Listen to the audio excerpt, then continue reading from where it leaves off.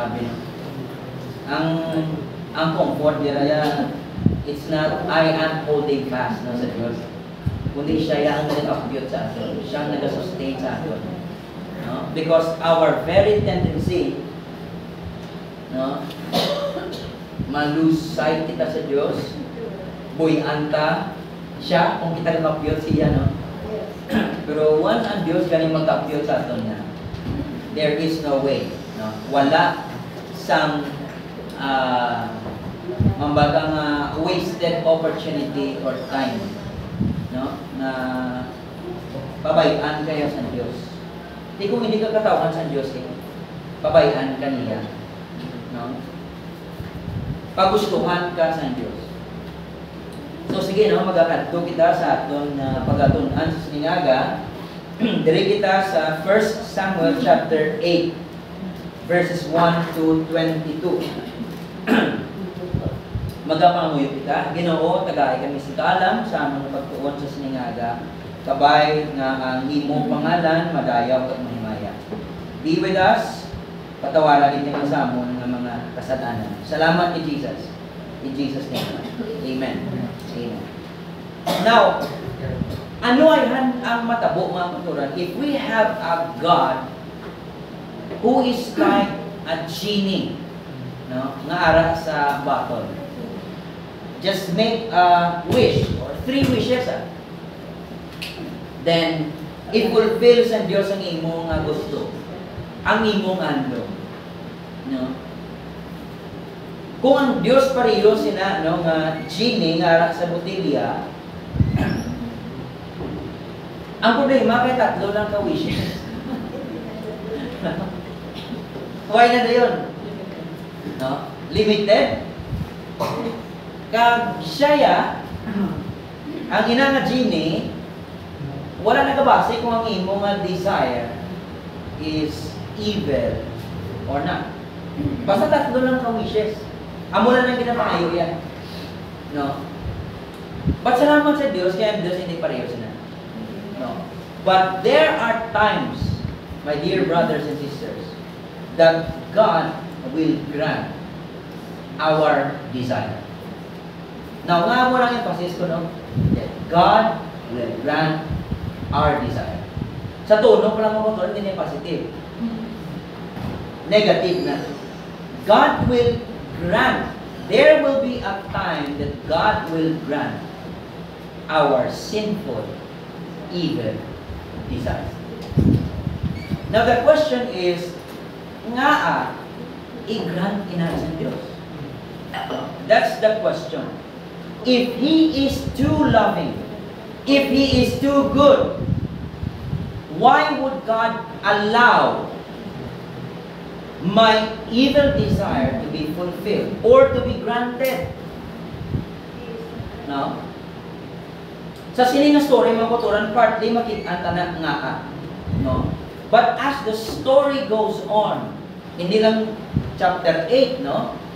Sang Samuel, kundi once ang story maga-progress pagay. Babalaan mo gid, why did God grant the very desire of His people? And this desire nga aton makitaan sa chapter 8 sa 1 Samuel is not no sa intention sa pag-honor, sa pag-glorify sa Dios. No? Amo niya makuturan dapat naton nagtawon. Not all desires honor God. Not all desires glorify God. Pero pwede nga i-grant ina sa Diyos inang desire naton nga hindi makapahimaya sa iya. And that would be a tragedy. That would be so tragic sa aton ng mga kabuhi. Because think about this. God who is too wise, hindi pwede nga magsala di siya mautunan. Kag hindi man pwede nga hindi niya mahibaluan kung anong konsekwensya sang sina nga handom nimo. God is too knowledgeable nga wala sang hulot sa aton thoughts nga hindi niya nahibaluan. So gabay pa no samtang magatuon kita sa siningaga, sa sininga passage. sa bugay nga kaluisan Dios, may examine nato ng aton mismo takikusunod. No? Hindi pwede nga gahandom lang ko and then ma-pray ko sa Diyos, Lord, believe ko, and then God will grant it. Hindi man naman ang Bible mo. But there will be, or there are times na i-grant in us ang Diyos para tuduan kita. No? And mind you, once i-grant in us ang Diyos ang inang desire na hindi, sa iya mo buton, nothing positive will come out. Amo ganun sigurado maputuran. And that is precisely, no, nga aton mo tunan sa sininga passage. 1 Samuel chapter 8. Now, notice sa chapter 7. No, kung basahan mo chapter 7 and chapter 8, makita mo nga ang story na fast forward. No? Probably ba si 30 to 40 years. No? Kaya nga, alam to sa chapter 7, we studied sa chapter 7, no, that God who helps ang Diyos na nagbulig sa ila para sila makahinursul, makabalik sa Diyos because they were worshiping, serving other gods and goddesses. No nga supposed to be si Yahweh lang. Pero when the people of God repented of their sins, no, ginreject ang ilang mga Diyos-Diyos, ang Ginoo nagsabat sa ilang paamuyo. Ang Ginoo nagluwas sa ila from impending, hindi lang yung disaster mo, kundi another defeat naman. From the hands of the Philistines. Ginluwas sila sa Diyos. And that is why si Samuel sa verse number 12 in chapter 7, he called that place Ebenezer, which means God helps us. Ang Ginoo nagbulig sa ila sa sina nga scenario, sa sila nga event, nakita natin that God hears the prayers of His people. He heard, no, ining pangamuyo ni Samuel in behalf sa iya nga mga katawhan. But pagbasa natin before sa chapter 4, dito sa Ebenezer na lugar, napirdi sila because of their sins. Napirdi sila sa Ebenezer. Lumpat sa chapter 7, nagdaog sila sa Philistines. And then they acknowledge their guilt. Nakita nila, it was God. It was really God. Nga nagabulig sa atin. No? So, ang munang ginapakita sa writer sa atin, kung ano klase ng Diyos ang ilang ang ginaalagan. Diyos nga nagabulig sa ila. Inayag Diyos nga nagapabugak sa ila. That is the God who is reigning over them. Amo ng Diyos nga nag-reign, nagadumala sa ila. Diyos siya nga nagabulig sa iya katawan. Wala siya nagapabugak. Hindi pa rin sa ibang mga Diyos nga ang Israelites kaya mag-focus, makarga sa ilang mga Diyos. Luktuhon pa nila para magsaylo sila dito sa amuning lugar. Ang Diyos siya nga ginaalagan nila. Hindi mo sila. He is not like the idols, no, sa ibang nga mga katawhan. Kag diri maputuran sa chapter 8, no, matun-an naton ang ining Dios nga still rejected sa iya nga katawhan, no?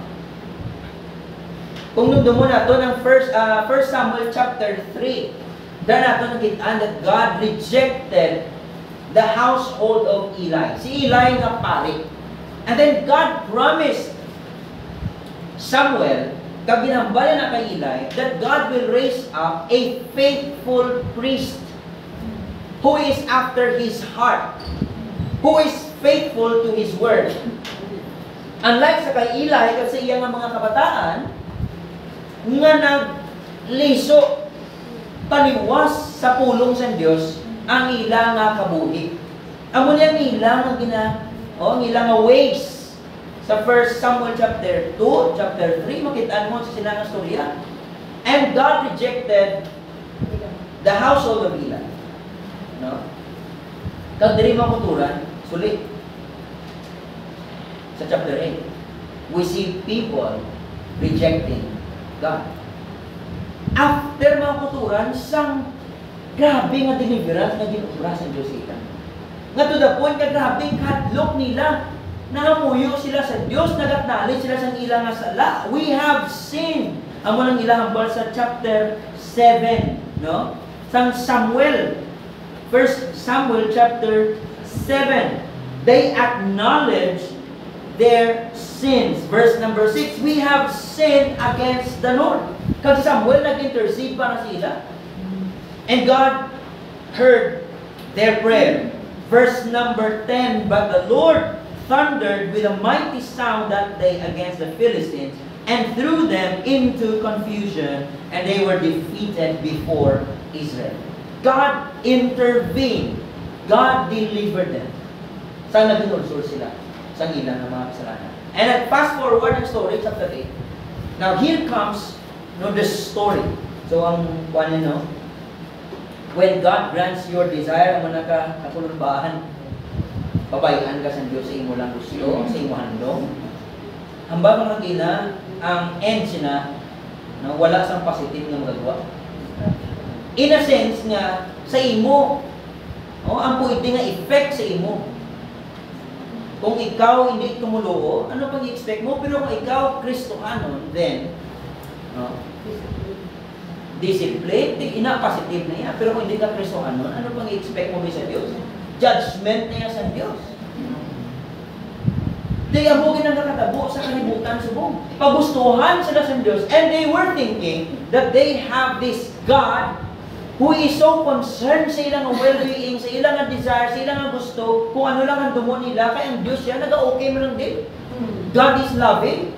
They were thinking nga ang Diyos, amo sina. Wala sila kabalo nga, ang pag-grant sa Diyos sa ilang gusto is a form of God's judgment. Read Romans chapter 1. God gave them up sa ilang gusto. Pero hindi ka mag-expect na kung ikaw, unbeliever, ang end na yan.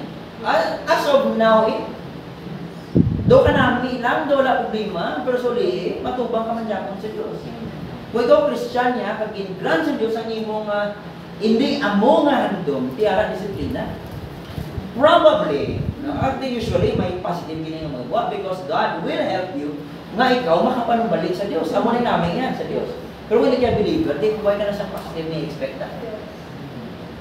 Now, lantaw na itong makutura, inianay, ang general outline sa 1 Samuel.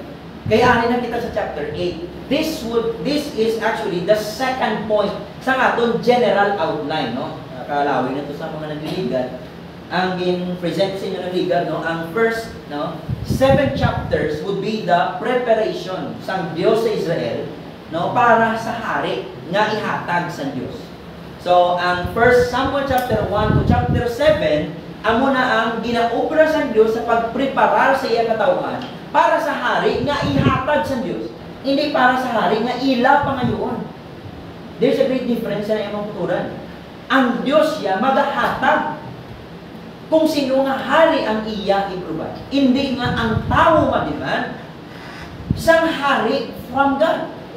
Because when you read Deuteronomy chapter 17, ginalaw niya sa Diyos. Wala pa sila gani. Nakalabot sa Kanaan. May law na yung gin-provide ng Diyos concerning sa king. O kung anong obrahon sa hari na, Deuteronomy chapter 17. Gin-plastar niya sa Diyos. So, ang paghandong na may hari sila is not sinful in itself. Pero ilang desire nila sa chapter 8, sinful niya kag hindi amo. Kag mabanan na nga hindi amo na yan ang desire. Kaya sa Deuteronomy 17, pwede man sila gali maka-kuhan sa hari. Dito sa chapter 8, may hari silang ginapangayo. Pero nga hindi amo how, maton na nagkaroon. And then sa chapter 8 na kita makuturan, amo niya ang second point sa aton general outline. God provides Israel with a king, Ang una, from chapter 8 to chapter 15, ang muna kaya sa story ni King Saul. This is a man who is following his own heart. Kag makitaan mo na sa sinang story, from chapter 8 to chapter 15. Remember sa Judges, ang problema gani, there was no king. Everyone did what was right in his own eyes. Amo na problema, and God sees that very problem, and God will be the one nga mag-provide sa sina ng solusyon. Pero aray sa chapter 8, makita, kaya nga ang tao nag-ubra anay sa solusyon nila para solusyonan ang existing problem nga ginplaster ng chapter 8, verses 1 to 3. Lang tao na karon. And then chapter 16 to chapter 31 sa 1 Samuel would be, that King David, this is God's choice ng hari. Si Saul people's choice na yan. Ang tao na yan, nag-demand from God. Give us a king. Sa verses 4 to 9, umunang ilang natin, demand from Samuel. So si David was a man following God's heart. Amo na kinalain nila mga katulad. May isa ka hari following his own heart. Ari naman ang hari na i-provide sa Diyos sa Israel is following the heart of God. Yes, we know kasi David nakakumit sa mga kasalanan, but generally speaking, ang kabuhi ni David, ang iyahandong is to obey the Lord. Di may mga bakulod along the way, may mga dasma man siya, sobra-sobra pa. And you know the story, but makatuan lagi na, So, amo ni general outline natin sa 1 Samuel. That's mo lang yata ng 2 Samuel. Okay, now, verses 1 to 3 sa chapter 8, makita natin mga kuturan, ang corrupt leadership. Now, this is actually both, seen sa Israel as a problem and as an opportunity. Nakita na nila, ano ni ang problema? The corrupt leadership. Look at chapter 8, verses 1 to 3. When Samuel became old, he made his sons judges over Israel. The name of his firstborn son was Joel, and the name of his second, Abijah. They were judges in Beersheba, yet, verse 3, his sons did not walk in his ways, but turned aside after gain. They took bribes and perverted justice. According to Deuteronomy chapter 16, verse 19, Deuteronomy chapter 17, verse 14, nga ang mga judges dapat, hindi sila mangwarta, hindi sila mag-take some bribe, hindi na pag-pervert ang justice. Kag opposite niyang ginubra sa mga kabataan ni Samuel. Kung anong gin-prohibit sa Diyos, ang itong ilang ginubra. And si Samuel, rin makita natin, he was old. Tigulang na si Samuel. Just like kay Eli. Dahil naman yun, chapter 2. Si Eli, tigulang na. Iyang mga bata were evil. Kag diri si Samuel tigulang naman ang gin-appoint niya ng mga judges ang iyang mga kabataan. Yet his sons did not walk in his ways. Amo niyang kinalain sa kay Samuel kag kay Eli.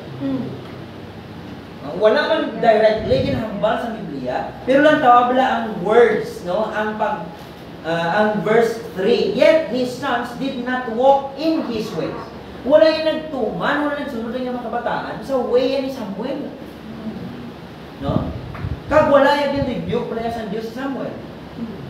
Ikumpara mo yung kay Eli, gin-rebuke sa Diyos Eli, because Eli knew the sins of his sons, kag wala siya nagitubra sila. That's why gin-reject sa Diyos si Eli. Kabalo ka sa sala sa imong mga kanakan, pero wala mo sila ginsawa. Dere si Samuel, wala siya gin-rebuke sa Diyos. Pero the same ang story yapon ang mga kabataan, ang nagsalo sa leadership, mga corrupt. So this is a problem and an opportunity sa Israel. Problema na because these judges turned aside after gain. They took bribes and perverted justice. So kung sabihin nila pag-obrahon sa judge, hindi na dapat nila obrahon. Kaya dapat sila mag-promote sa justice, magatuman sila sa pulong sa Diyos, they will judge the people of Israel according sa command sa Diyos. And yet, ang nila ginubra is totally opposite sa ginhambal sa Diyos. So it's, again, a corrupt leadership. Ini, yung ka-judge sa chapter 2, corrupt leadership sang mga pari. Tayo mo ganang importante, no, ang roles sa nation ng Israel, ang pare, ang judge, kag ang king. No? Or judge or king, kag may prophet pa. No? Amo ganang importante nga mga roles sa Israel. Kaya diretanan, corrupt ang leadership. That's the problem. And it is seen by the people of God as both problem and opportunity. No? Sa verse number 4 to 9, we see ining rebellious nga demand sa Israel. Nga nangin rebellious demand ina mga kauturan. Verses 4 to 9. Then all the elders of Israel gathered together and came to Samuel at Ramah. Ramah, ang hometown ni Samuel, no? And said to him, Behold, you are old, and your sons do not walk in your ways. Nataw lang. Ganun pa nga si Yapo niya. His sons were not walking in his ways. Iyan yung problema sa Sarai, hindi na problema ni Samuel. Kaya Samuel niya, sa bugay sa Diyos, he remained faithful to his God.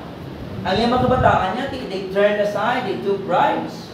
They perverted justice. Wala na ginubra ni Samuel niya. No?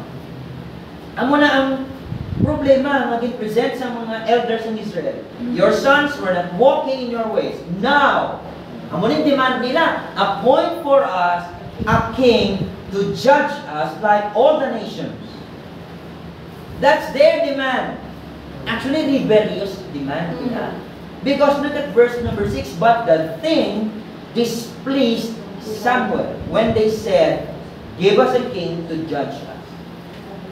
And Samuel prayed to the Lord, and the Lord said to Samuel, Obey the voice of the people in all that they say to you.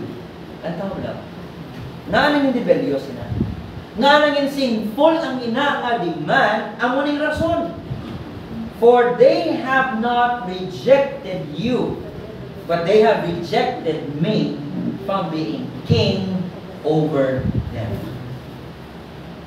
That's the problem. Sang sina nga demand. They are rejecting God as their king. Daw parehas lang ang katawan sa Israel, sila ya ang nag-judge what is good and what is bad for them. Amo ginamamaturan, pirmi ang tendency natin. When we judge what is good and what is bad for us, without any help from God, without asking God for wisdom, without considering the Word of God, the principles na aton makitaan sa Biblia, that becomes na ang aton na desire, umangin sinful. Rebellious. Kaya parehas lang na binareject mo yung Diyos na. And that's precisely what happened sa sina nga demands in Israel. Look at Deuteronomy chapter 17 lang ang auturan. Ayan ang bago na wala sang, hindi ka sala kung mag-ayos sila sa for you, whom the Lord your God will choose. It would be God Himself nga mag-a-appoint, mag-apili sang hari na gusto niya nga mag-lead sa katauhan niya. One from among your brothers you shall set as king over you. You may not put a foreigner over you, who is not your brother. Only he must not acquire many horses, so on and so forth. So may mga laws concerning sa hari sa Israel. Pero, provided nga ang Diyos siya mapili. Pero hari ay, kaya may problema ang leadership, corrupt ang leadership, ang sistema, palagpat. It was seen by Israel as a problem and an opportunity to demand na baguhon natin ang sistema natin. Appoint for us a king. That is why it displeased Samuel. Kagdiri ang balas ng Diyos mismo. You obey their voice. Because hindi ikaw, Samuel, ang ginareject nila. But ako, ginareject nila as their own king. Imagine. Chapter 7, you see God helping His people. And now, kita mo din, chapter 8, people rejecting the God who helped them and who is helping them. I-prefer nila ila gusto nila, handom ang ila desire. Without considering saan ginobra sa Diyos in the past. No, wala sila ginpabayaan, ginbuligan sila sa Diyos. That becomes sinful. Inahandom. Kaya ganyan, hindi positive pangamba sa Diyos. Samuel, obey their voice. It's not a positive one. And by the way, tatlo inakabeses ng ginhambal sa Diyos. Verse number 7, obey their voice. Verse number 9, now then, obey their voice. And verse 22, obey their voice. When God grants your desire, problema ginagawa. Downfall ginagawa. So don't pretend as if na mas wise ka kaysa sa Diyos. Don't pretend nga daw mas maluluyon ka sa imo kaugalingon kaysa sa Diyos. Nga Lord, nga wala mo na ginahatag sa ako, kaya mo na gusto ko. No. Don't pretend nga daw Diyos ka nga mapalukas ang konsekwensya na sa ulihin. Because our tendency, hindi yan magtulog sa konsekwensya sa ulihin. Ang ginatulog natin, just na ma-fulfill ang aton gusto. And God doesn't want His people na mag-spend sa kabudlayan, sa pag-antos. That is why makitaan mo sa stories in chapter 4 to chapter 7, makitaan mo aguntos ang katawan sa Diyos. But when they repented of their sins, God is always there with open arms na magabaton sila, mag-forgive sila. Pag inabitanta natin, ever giving and forgiving. Amo ng Diyos natin niya. He always gives. Gapatawad, kay gugma. Gakaluoy, amo na katakong sa Diyos. And now you see people who experience the help from God, now rejecting their God. They demand to have a king. Ano? King nga mag-judge sa amon. Like all the nation. Nga mangin kaangay kami sa iba. Di ba, Deuteronomy chapter 7, the people of God must be distinct. Dapat sila lain. Hindi ka lain, no? Dapat sila lain. Ikumpara sa iba ng mga nasyon. Ang problema, kay naglain sila by demanding a king for them to be like the other nation. Ang basa din sa Deuteronomy 7, you are to be a people holy sa Diyos. Deuteronomy 7, 6 or 6 and 7. Oh, drop. Peculiar people sa Diyos. Holy. Pero gusto sila manging kaangay sa ibang na nation na may hari nga nag-judge sa ila kang may hari nga nag-fight sa ilang battles. Ang manamba nila sa chapter 8, verse number 20. Tatlong nila gusto. Ng chapter 8, verse 20, that we also may be like all the nations, that our king may judge us, go out before us, and fight our battles. Bawa mo ginang inobra sa Diyos natin. God is the one, no? Nga, no, nagapakig-away para sa aton. God is the one who judge us.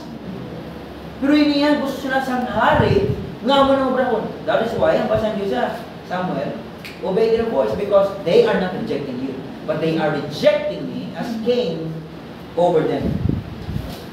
And then verse number 8, according to all the deeds that they have done from the day I brought them up out of Egypt. Now, mga notice, kapila ni Pirmi brought out ng Diyos, ining, the day I brought you up out of Egypt. Nga mo na Pirmi, ginabalikan sa Diyos ang Exodus. Kaya grabe ito yung deliverance, lang din mo sa Diyos from the hands of the Egyptians. Kag wala mo nga gina-emphasize ang Diyos ang great deliverance nga ginobra niya sa iya katawan, gina-emphasize man sa Diyos ang pagkatiko, ang pagka-stubborn sa ila, tagipusoon. Hambas ang Diyos ang tawa, the day I brought them out of Egypt, even to this day, sang pag-ayo nila, pag-demand nila sa hari, even to this day, natawa, they are forsaking me. Imagine. Generally speaking, nationally speaking, as a nation, they are forsaking God. They are serving other gods. So they are also doing it to you. Now then, obey their voice. Only you shall solemnly warn them and show them the ways of the king who shall reign over them. Nakatawa. God is the one, no? God is their king who is reigning over them. Sige, gusto nila sa hari. Sige. Tanong warning kung anong ways ang hari nila nagipili. Amo na sa verses 10 to 18, the legal warning from God. So Samuel told all the words of the Lord to the people who were asking for a king from him. Ano ni ang ways ng king? Now, nagtawabla ang mga emphasis, mga kuturan. Although hindi ko napagbasahan, hindi sa isa, no? Look at verse number 11.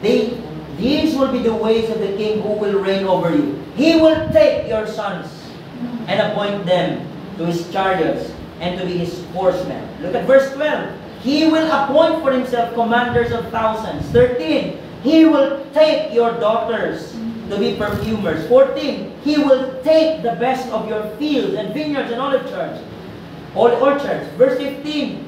He will take the tenth of your grain. Verse 16. He will take your male servants. 17. He will take the tenth of your flock, and you shall be his slaves. That will be the kind of king who will reign over them. And they are rejecting me as their king. Verse 18. And in that day, you will cry out because of your king, natawa ang emphasis, whom you have chosen for yourselves. But the Lord will not answer you in that day. Gusto nyo?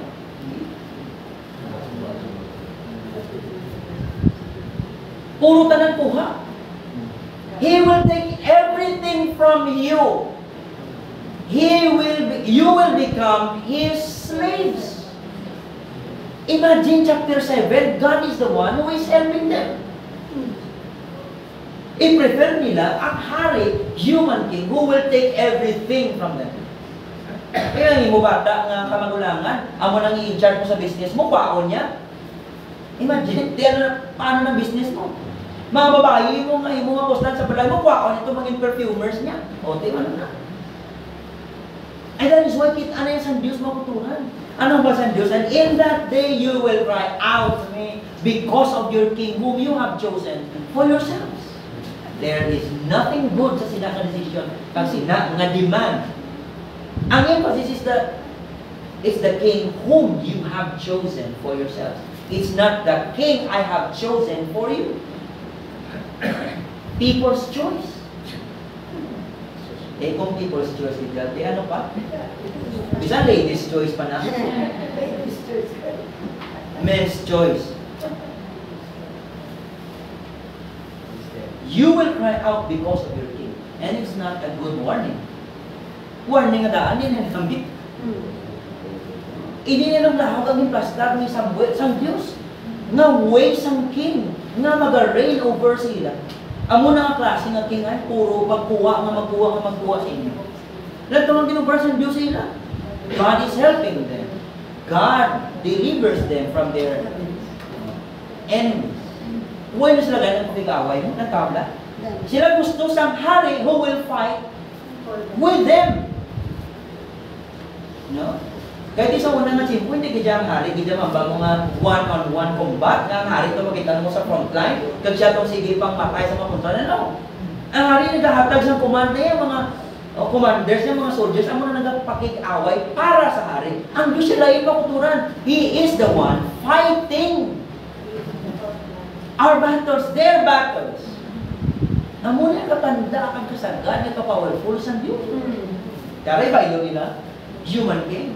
Well, these are the ways of their king. That's a legal warning from God.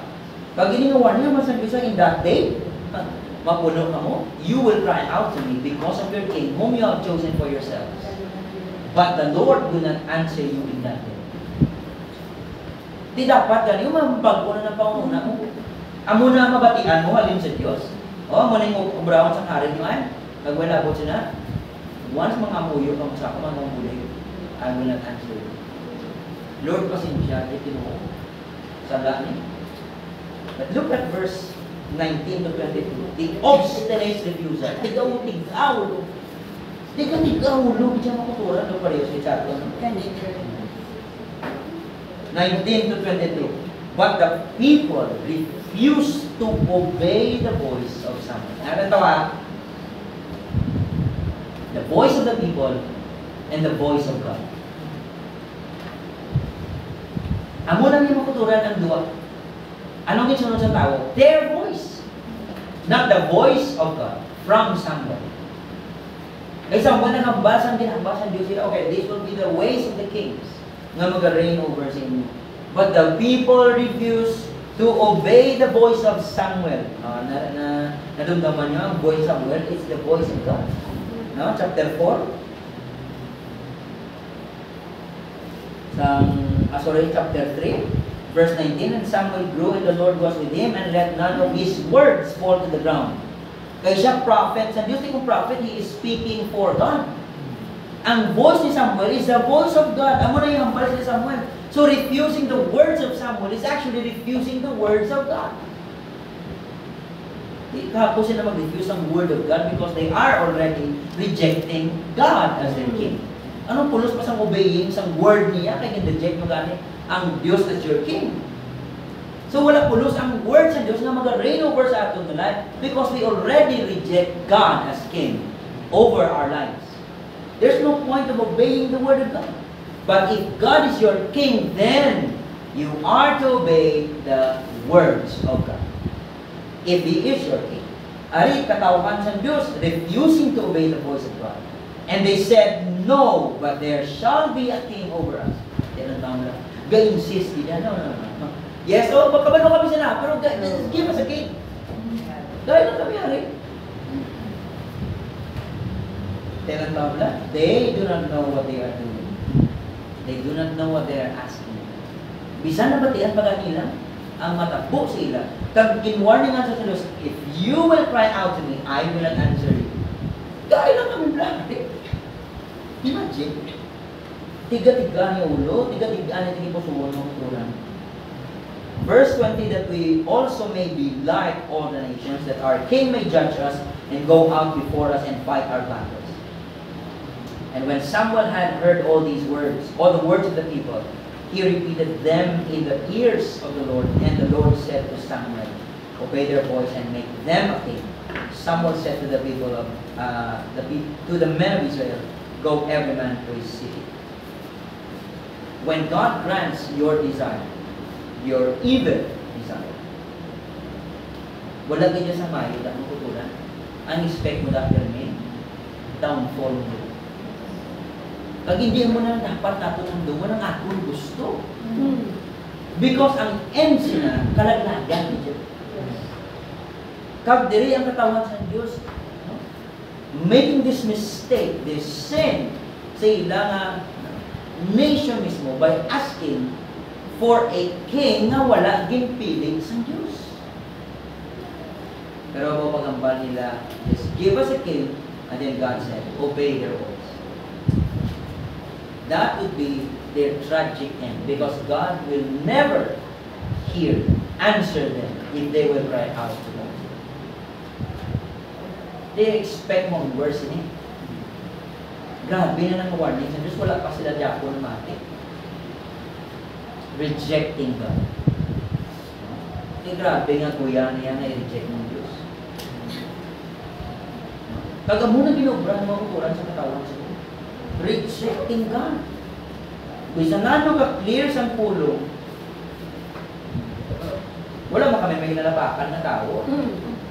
Ako mo na niya, ako yung gusto na mo. Gusto ko din siguro ng kaboy, kaya ako niya kaboy. Gusto lang ko yan. Huwag naman ka na nilagta. Kung mag-make up ko diya nga, ikaw pinamake upan ko ha. Ang ako ginasuksok nga, ikaw ginasusukan ko ha. Ako yan. But ina nga mga handom sa katawan, sa handom sa kalibutan, mga kuturan, we know that it's not the will of God, it's not the desire of God. Pero kung kita nga mga believers, ang lesson diri para sa atin yung mga kuturan, It's not obeying our voice. It's not obeying our own heart. It's obeying God. Kaya hindi nga mga katawan nga naka-experience siya sa pagbulig sang Diyos sila, dapat sila mismo makita nga ba, mas maayo bidya ang Diyos nga ato niya hari mo.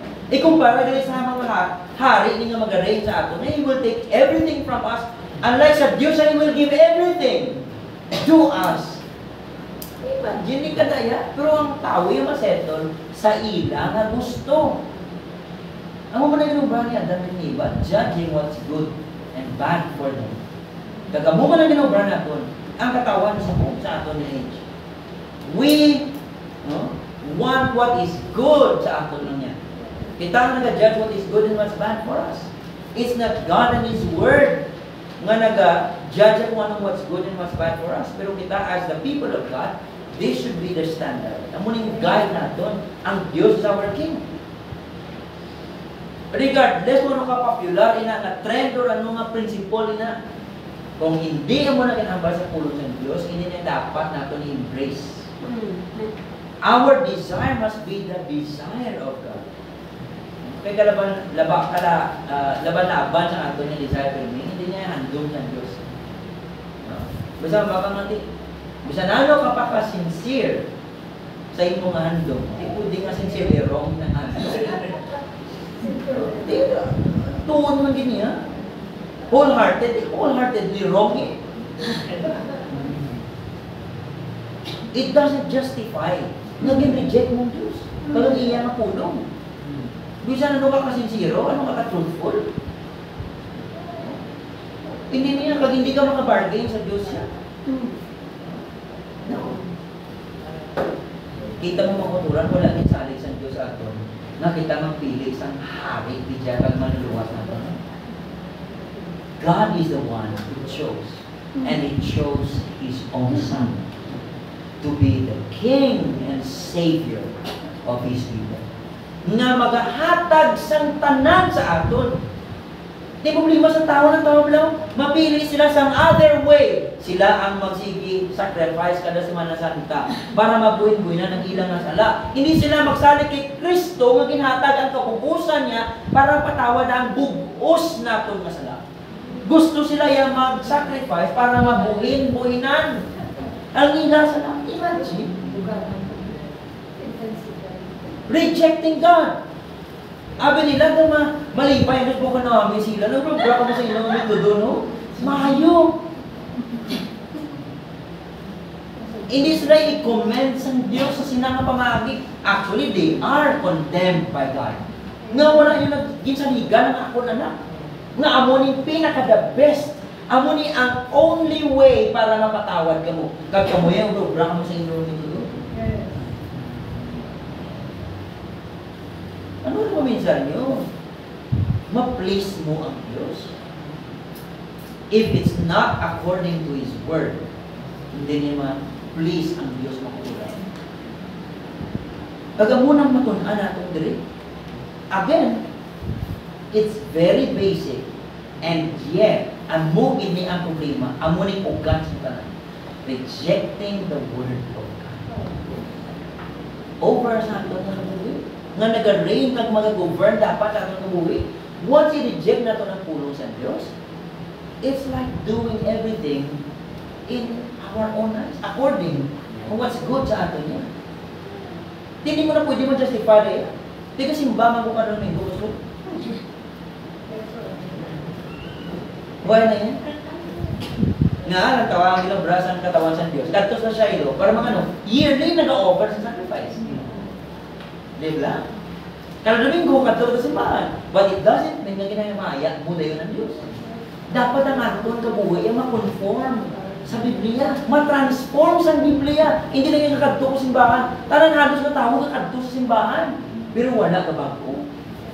Wala ka tuman sa pulong sa Diyos. Ganit, lain pa ganit puro ang mga motibo nga kakadto simbahan para i-bless ko sa Diyos. Para kaburan ko sa Diyos. Sa gusto ko o gusto mo nga evil desire. Matsyag mo kaburan ka sa Diyos. Kaya mo na when God grants your desire, delikado din na yan. Hindi niya blessing, it's a form of judgment. But if God will grant your desire according sa iya man nga desire, then hantaw na si Jesus. Nga ginasabat permi ang mga pangamuyo ni Kristo. Kaya ang handom ni Kristo ang pangamuyo is in accordance sa will sa Diyos. Nga gina-bless ang Diyos ang blessed man. Kaya ang iya kabuhi is patterned after sa pulong sa Diyos. Psalm chapter 1, di ba? 1 and 2. Chapter 1, verse 1 and 2. Gina-bless ang Diyos sa nga, ang iya kabuhi is patterned sa pulong sa Diyos. Wala siya maubra sa kasalanan. Hindi ka mag-expect na kung Kristiyan nga maubra kung sala, i-bless ka sa Diyos. Pakamayuron ka niya, no? Hindi mo ng formula sa Biblia yan. Naklaro din niya. God will reward because He is our King. When He comes again, He will bring His reward. Because God is the King who gives to us. Pero yung King na mag-reign over sa mga katawan sa Diyos will take everything from them. And tabla kung anong katao kay Kristo Jesus. He gave His own life. Ang muna yung King na ginpili sa Diyos. Ultimately, not just David, but ultimately si Jesus na ginpadala sa Diyos who gave everything, who gave His own life. Para kita maluwas sa aton ng mga kasalanan. Di sa legal pang imong choice kaysa sa choice ng Diyos. Kaya ang ulihin na permi, it's a tragic end. Kung ang Diyos yan, akong pinagpermi ng tulad. So hindi tayo mag-rely sa atong gusto, sa atong desire, sa atong handog. We should rely sa pulong sa Diyos. The voice of God. Ang muna nga, kasi bakit tayo hindi lang para mapacheck attendance? No. To hear the Word of God every Sunday. Para ano?